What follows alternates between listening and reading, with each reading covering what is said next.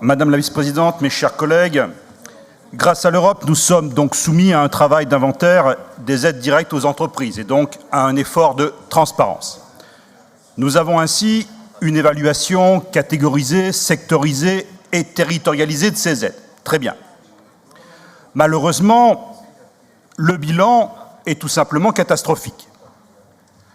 Que se passe-t-il dans notre région ? Vous aviez pourtant promis aux entreprises une réactivité accrue et une simplification des critères d'attribution.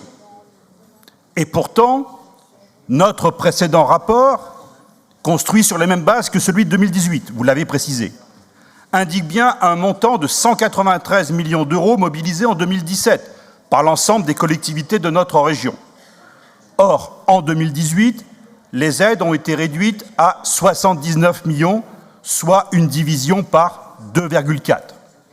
Je précise que l'explication de cet effondrement ne tient pas au comportement des autres collectivités, vous avez rappelé les pourcentages. Ce sont bien les aides régionales qui sont majoritairement en cause. Encore une fois, que se passe-t-il dans notre région ? Pourquoi un tel trou d'air pour nos entreprises ?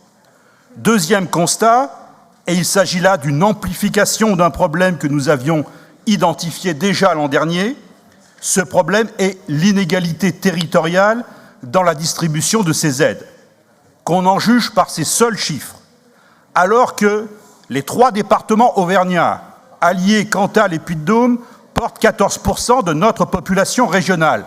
Ces territoires ne bénéficient que pour moins de 1% de ces aides directes. Une fois encore, que se passe-t-il donc dans notre région ? Pourquoi l'Auvergne est-elle oubliée par notre collectivité ? Pourtant, le volontarisme politique n'est pas impossible si j'en juge, à contrario, les résultats de la Haute-Loire, qui, à lui seul, reçoit plus que ensemble, Allier, Puy-de-Dôme et Cantal. Merci des réponses pour ces 2 constats. Merci beaucoup.